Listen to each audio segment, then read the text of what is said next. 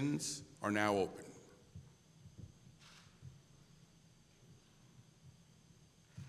Hi, Tim Reynolds of the Associated Press here in Miami. This question's for Dabo. I know you joked about losing your voice last night at the Heat game, but if I'm not mistaken, you and Spo have been friends for a minute here, and I'm just curious what the benefit is from coaches kind of learning tricks of the trade when it's different sports and different philosophies, and just if you could share a little bit of what maybe you've shared with Spo and what you've learned from him.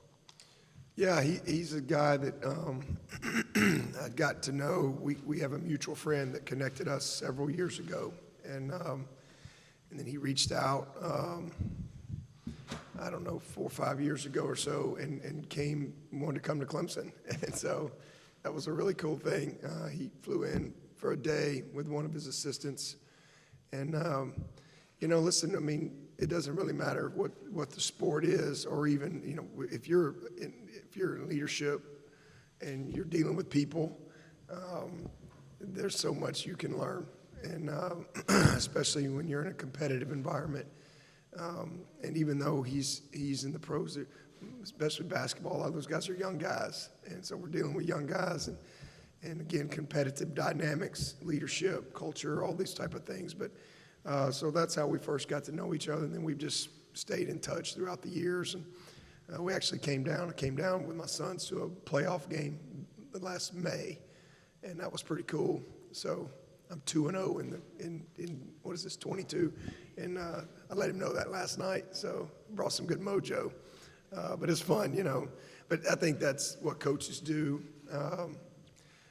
Is collaborate. I think our profession is really unique that way, in that, like we have our AFCA convention coming up in another week or so, and all these coaches come from all over. I mean, thousands, and we talk and we meet. I mean, we literally played Ohio State one year. It was the craziest thing. It was, I think it was the game. I don't think it was this game.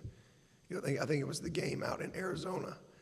And not long after that game, we met as a staff, like their staff, our staff, and we kind of got together and talked through the game. It was crazy. And so that's one of the cool things about our profession is we compete, but we collaborate and always have. And, it's not the case in most industries, right? Like Coke doesn't sit down with Pepsi at the end of the year and say, well, hey, boys, what do you think?